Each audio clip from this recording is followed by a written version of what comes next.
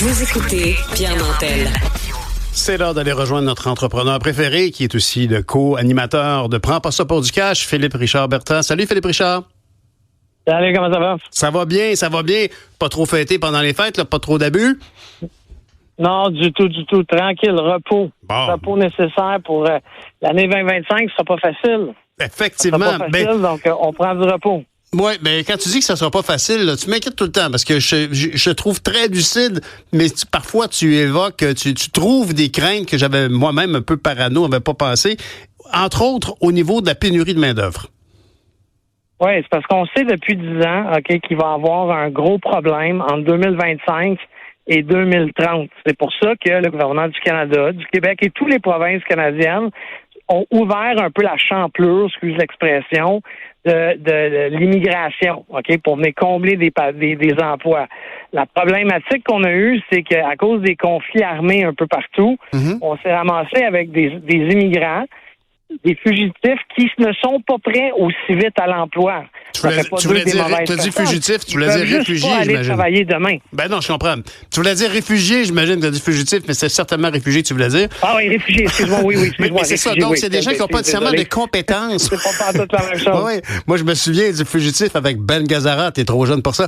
Mais ceci dit, c'est une très vieille série américaine, mais ce que tu veux dire, c'est donc ces gens-là n'ont pas nécessairement toutes les compétences requises pour contribuer à l'effort manufacturier en question. Effectivement, mais on parle de compétences de base. On parle d'être capable de parler en français et ou en anglais. Alors, bon, puis là, pour le Québec, on veut vraiment des francophones ou des gens qui parlent francophone. Donc, ça ajoute à la problématique. Mais il y a un point de bascule qu'on va atteindre en 2030 où 67 % des gestionnaires de l'État canadien et québécois vont prendre leur retraite. Oh. Ça, c'est 7 personnes sur 10 qui sont dans un poste de gestion qui vont s'en aller à la retraite. Ça va créer une crise sans précédent. Quand je vois des histoires dans les médias où est-ce que on se fâche en disant les fonctionnaires de l'État sont trop payés, arrêtons de dire ça. Il y a personne qui veut devenir un gestionnaire dans l'État en ce moment. Pourquoi? Parce que ils se font, excuse l'expression anglophone, lyncher. Ils se font un peu fouetter dans les médias. Tu comprends? Il va falloir les remplacer, ces gens-là. Donc là, on est vraiment dans une tempête parfaite. Puis oublions ce qu'on a vécu pendant la pandémie, là. Ça va être pire, de 20 à 25 %. Et c'est connu, ça. Parce que la démographie a été étudiée, puis on sait déjà que cette génération-là de gens va vouloir prendre sa retraite éminemment, puis ça c'était prévisible. Et tu crois même que, puis ça rassure les gens de penser que, ultimement, l'espèce de lubie d'immigration qui arrivait du gouvernement à Ottawa avait, entre autres, pour but de pallier cette éventuelle saignée de personnel? Effectivement, la problématique, encore une fois, c'est qu'il y a eu des conflits armés un peu partout. On a été obligé de prendre des réfugiés qui vient compliquer la chose pour la simple raison qu'ils sont pas prêts à l'emploi. Ça va se corriger. Mais là, en plus, comme tu le sais, le gouvernement de la CAQ a arrêté les cours de francisation. Ça fait en sorte que tous ces gens-là qui sont déjà en sol québécois, qui sont en ce moment, pour ton information, sur le chômage et ou l'aide sociale, peuvent pas aller travailler parce qu'ils parlent pas la langue. C'est ridicule. On tourne en rond. Il faut créer des classes de francisation. Il faut donner des moyens technologiques aux gens qui enseignent le français pour voir que l'étudiant ou le réfugié puisse continuer à la maison d'apprendre le français. J'entendais des ministres dire « Ouais, mais on va les brancher devant Télé-Québec. » Honnêtement, là. Un peu simpliste. Ces gens-là sont déconnectés, là. Tout à fait. Mais d'ailleurs, je sais pas si tu as vu, la semaine passée, on a reçu un homme qui partait sa propre école de francisation. Et le témoignage était rafraîchissant parce que plutôt que de voir la francisation comme un passage obligé par la société d'accueil aux nouveaux arrivants, c'était une volonté. Les gens payaient pour avoir accès à sa francisation parce qu'ils étaient conscients de l'ascenseur social qui vient avec le marché du travail et la pénétration dans la société québécoise. Il y a certainement... Oui, les gens veulent faire partie de cette société-là. Ben oui, puis la PME manufacturière, OK, elle attend ces gens-là. Puis il y a des gens, OK, des immigrants qui sont prêts à l'apprendre le français. Mais malheureusement, ce qu'on entend de M. Legault, C'est souvent, les immigrants ont pris tous nos logements. Il y a comme une stigmatisation de l'immigrant, mais moi, j'en connais plusieurs, très travaillants, puis j'en connais qui attendent pour apprendre le français, mais il n'y a pas de cours. Absolument. Et le phénomène est beaucoup plus grand. Quand on peut pas prendre conscience de phénomènes sociologiques comme ça dans notre circuit quotidien. Moi, je peux dire que lorsque la dernière campagne électorale que j'ai faite, ça m'a frappé. Je dirais là, facilement là, que une personne sur 5 me disait je m'excuse, je peux pas voter, j'ai pas le droit de voter. C'est quand même énorme. Là. Puis 1 sur 5, c'est pas un phénomène que tu te rappelles, ce monsieur-là, je vais le rappeler dans quelques années. Non, c'était tellement commun que c'était interpellant pour tous les bénévoles qui disaient, voyons donc, ça n'a pas de bon sens. Comment il y a tellement de monde qui sont pas des citoyens en règle, qui n'ont pas reçu leur citoyenneté canadienne pour avoir le droit de vote. Est-ce que tu penses pas, Philippe Richard, qu'il y a aussi une option technologique pour remplacer ce banque potentiel de main-d'œuvre? Ah oui, puis il existe des solutions technologiques qui fonctionnent sur des tablettes, là, peu importe le type de tablette qu'on a. Je vais donner un outil américain. Je pense à un Duolingo. Là. Moi, je suis en train d'apprendre l'espagnol à raison de 15 minutes par jour en jouant à Duolingo. Qui me fait parler à mon téléphone. Puis là, ça dit, ce mot-là, tu l'as pas bien prononcé, etc. Ah oui. Mais nous, on s'embourbe au Québec, comme toujours, là, parce que le gouvernement du Québec veut créer des emplois. Il crée des emplois dans la fonction publique. On fait un programme, on met ça dans les mains des fonctionnaires. Tu sais, les fonctionnaires de l'éducation en ce moment-là sont déjà, ils en ont plein leur shirt avec les étudiants.